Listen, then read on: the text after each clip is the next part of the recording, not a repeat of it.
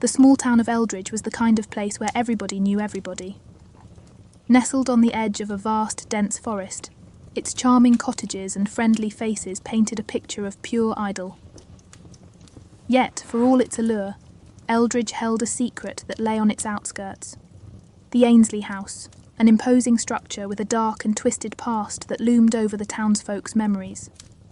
Alex had left Eldridge a decade ago, moving to the city in pursuit of a budding journalism career. Over the years, she'd traded the town's cosy tranquility for city lights and cacophonous newsrooms. However, an unexpected phone call from an old friend had brought her right back. "Alex," the voice on the other side had whispered, "people are losing their shadows." At first, Alex had laughed it off. It sounded like a bizarre attempt at a joke, or perhaps the opening line of a campfire tale. But the weight in her friend's voice had made her pause. By the time the call ended, Alex was packing her bags. If the story was genuine, it could be the breakthrough piece she'd been searching for. Sam, her younger brother, was equally intrigued. A budding photographer, he jumped at the opportunity to join her. They both recalled stories of the Ainsley house from their childhood, ghostly tales that were told in hushed voices during sleepovers. It was the town's best-kept secret, and now it seemed it was resurfacing with an even stranger narrative. On their second evening back in Eldridge, they decided to stroll through the town square, hoping to reconnect with old faces and possibly gather first-hand accounts. The golden hues of the setting sun painted the town in a warm embrace, creating sharp silhouettes against the cobbled paths. While Alex was chatting with Mrs. Finch, the elderly librarian, Sam had his camera aimed at the bustling crowd, capturing candid moments. Just as the sun dipped below the horizon, he noticed something odd through his lens. A man, standing near a lamppost, his body still but face a canvas of sheer panic. But what was truly unsettling was the lack of a shadow beneath him. Click. The moment was frozen in time. Alex, following Sam's gaze, turned just in time to see the man's bewildered expression. But as minutes passed, the confusion faded, replaced by a vacant look. The man, seemingly dazed, ambled away as though nothing had happened. The siblings exchanged a glance, both realizing they had stumbled upon the very heart of the mystery. This wasn't just a childhood tale. Shadows were disappearing, and they were about to dive into a story that could very well be chillingly true. Eldridge's town library was a relic from another era. Its high-vaulted ceilings and walls lined with dusty tomes gave it an atmosphere of solemn reverence. Alex remembered countless hours spent here during her school days, reading about far-off places and ancient civilizations. Now, she hoped it would provide answers to the unsettling events unfolding in the town. While Sam reviewed the chilling photograph he had taken the previous evening, Alex began her investigation the old-fashioned way, digging through newspaper archives. Eldridge, for all its small-town charm, had always had its fair share of mysteries. She was certain that if she went back far enough, she might find earlier mentions of these disappearing shadows. Hours went by, with each yellowed newspaper page telling tales of town fairs, local heroes, and minor scandals. Just when she was about to give up, an old clipping from the 1940s caught her attention. It had a blurry image of the Ainsley house and a headline that read, "The Shadowless Night, an Eldridge Enigma." As she delved into the article, a voice interrupted her concentration. "Looking into our town's little secret, are we?" She looked up to find Eddie, the town historian. With his wiry frame and wild grey hair, Eddie was a familiar figure. He was known for his encyclopedic knowledge of Eldridge's past and his occasional tours detailing its history. Though Alex remembered him as enthusiastic and animated during her school trips, age had added lines of weariness to his features. With a smirk, Alex replied, "Figured if anyone knew what was going on, it'd be you, Eddie." Eddie chuckled softly. "You always were the curious one. But some stories, Alex, they're not meant for the front page." As the two settled into a secluded corner, Eddie began recounting tales of the Ainsley house that Alex had never heard before. While the town's children, including her younger self, had been frightened by stories of ghostly apparitions, Eddie spoke of rituals, secret chambers, and a lineage obsessed with immortality. The Ainsley family believed that by sacrificing shadows they could live beyond their years. He whispered, his voice heavy, and for a while it seemed they had succeeded. But every gift comes with a price. Alex listened, rapt, as Eddie spoke of a night decades ago when the entire Ainsley family vanished without a trace. Their house stood as a silent testament to their mysterious disappearance. Shadows began to disappear around that time, Eddie continued. But it stopped after a few months. I hoped it was the end. By the time he finished, night had fallen. The library's dim lights cast long shadows on the floor, making the tales feel even more haunting. Alex, her journalistic instincts on overdrive, posed a question that seemed to weigh heavily on Eddie's mind. Why hasn't anyone done something about the house? Eddie sighed, looking out of the window towards the silhouette of the Ainsley house in the distance. Fear, maybe. Or respect for the past. But if shadows are disappearing again, it means the house isn't done with Eldridge. And maybe, just maybe, it's time someone looked deeper. The siblings left the library with more questions than answers. The path ahead was uncertain, but one thing was clear. The Ainsley house was beckoning them, and they couldn't resist its call. The following morning was overcast, the grey clouds casting a sombre mood over Eldridge. Alex and Sam decided to pay a visit to the Ainsley house. Although it was day, the gloomy weather gave the mansion an eerie appearance, with its dark, weathered wood and broken windows that looked like hollow eyes staring out into oblivion.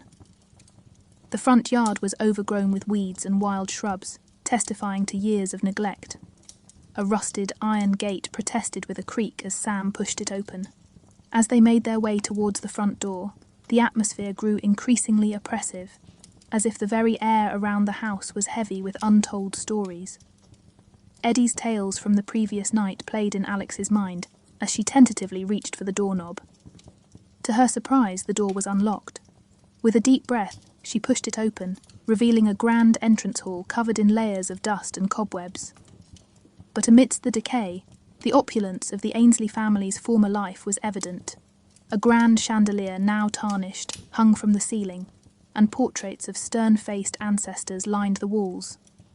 Sam, with his camera at the ready, began documenting their exploration.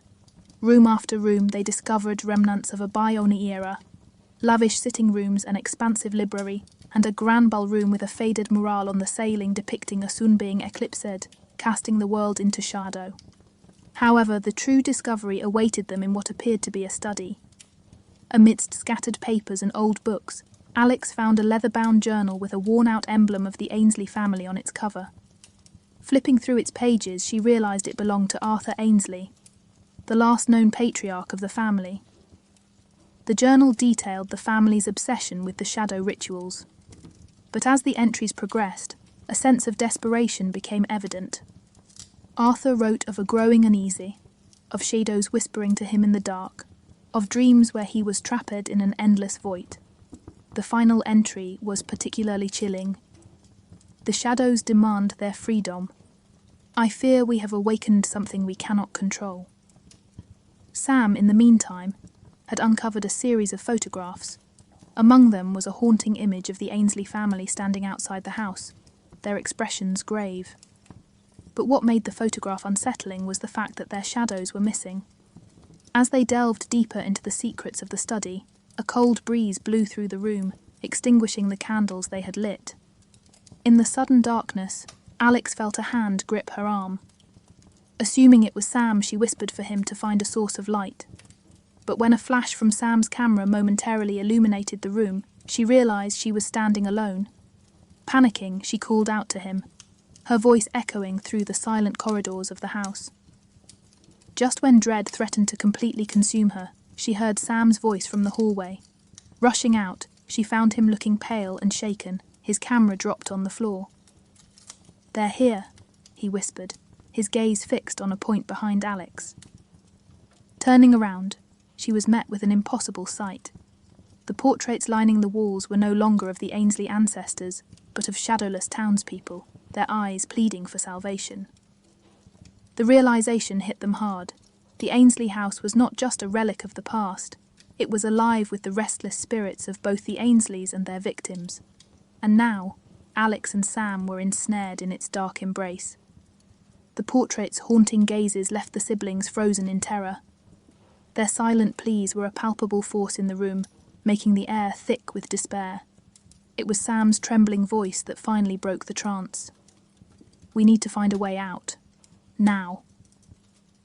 With adrenaline pumping through their veins, they hastily retraced their steps, trying to find the main entrance. But the house seemed to play tricks on them. Corridors twisted into unfamiliar routes, doors led to rooms they hadn't previously encountered, and the weight of the building's history bore down on them with every turn. In their frantic search, they stumbled upon a spiral staircase leading downwards. Hesitant but seeing no other option, they descended, guided only by the faint light of Sam's flashlight. The stairs led to a stone-walled chamber, the air damp and cold.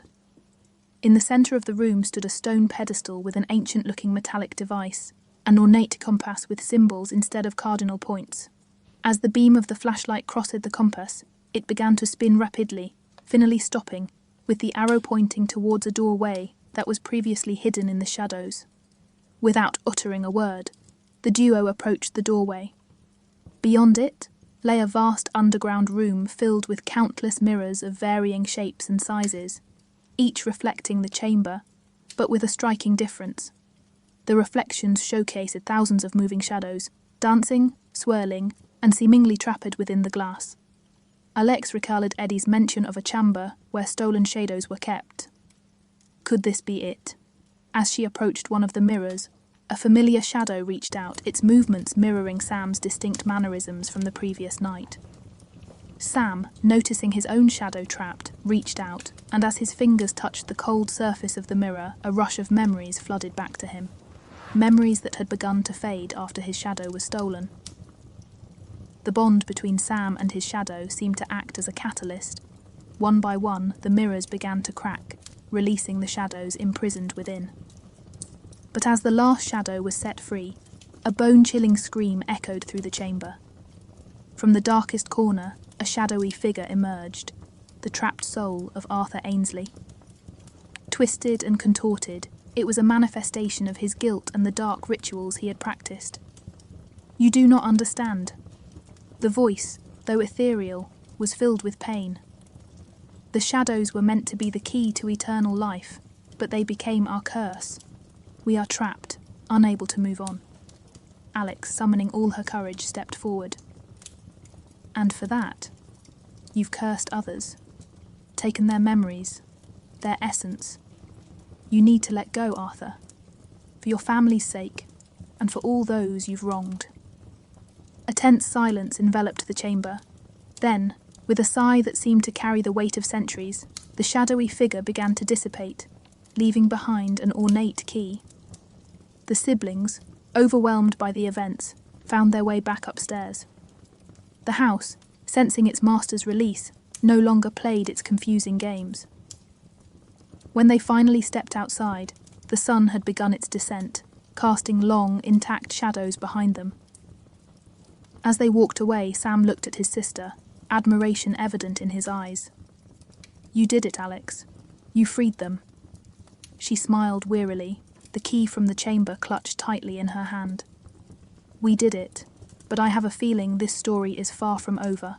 Back in the heart of Eldridge, news of the siblings' harrowing experience in the Ainsley house spread like wildfire. Residents reported a sudden surge of memories, feelings and emotions that they didn't even realize they had lost. The town, once draped in an unsettling silence, buzzed with life and stories of shadowless days gone by. In the town square, where the mysterious shadow disappearances had first caught Sam's attention, people now celebrated.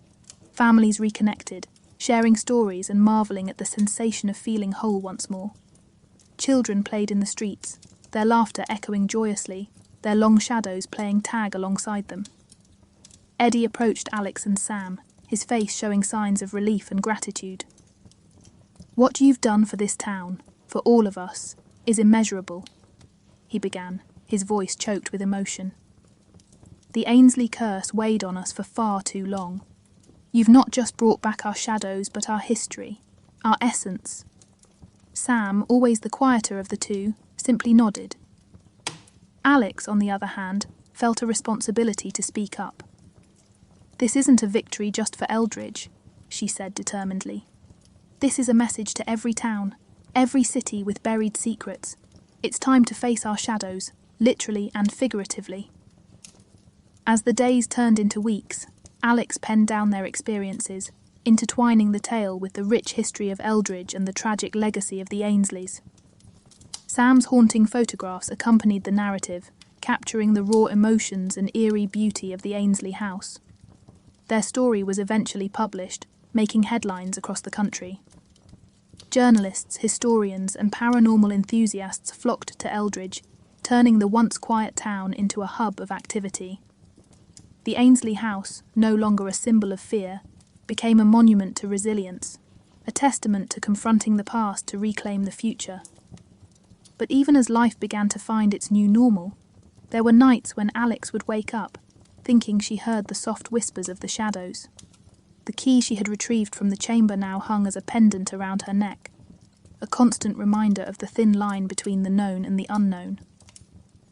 One evening, as the sun painted the sky in hues of orange and pink, Alex stood in front of the Ainsley house. The mansion, now under restoration to be turned into a museum, looked less intimidating. With a deep breath, she approached the entrance, the key pendant glinting in the fading light.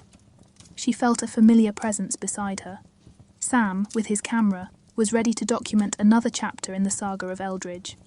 The house awaited, not with malevolence, but with stories yearning to be told, and the siblings were ready to listen. Months turned into years. Eldridge transformed from a quaint, forgotten town into a beacon of mystery and redemption. Tourists came from all over, eager to experience the allure of the legendary Ainsley house, now a state-of-the-art museum. While the house was a significant draw, it was the heartwarming tales of the townsfolk, their resilience, and their journey from loss to rediscovery that truly captivated visitors. Alex, with her journalistic prowess, had authored several books on the subject, intertwining the personal stories of Eldridge's residents with the larger narrative of the Ainsley curse.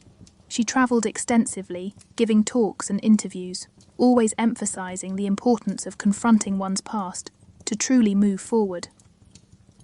Sam, having garnered acclaim for his evocative photographs, opened a gallery in town, showcasing not just the haunting images from their initial exploration, but also the transformative journey of Eldridge. His exhibits were a visual testament to hope, change, and the human spirit's indomitable will. But as the years passed, Alex found herself increasingly drawn back to the Ainsley house.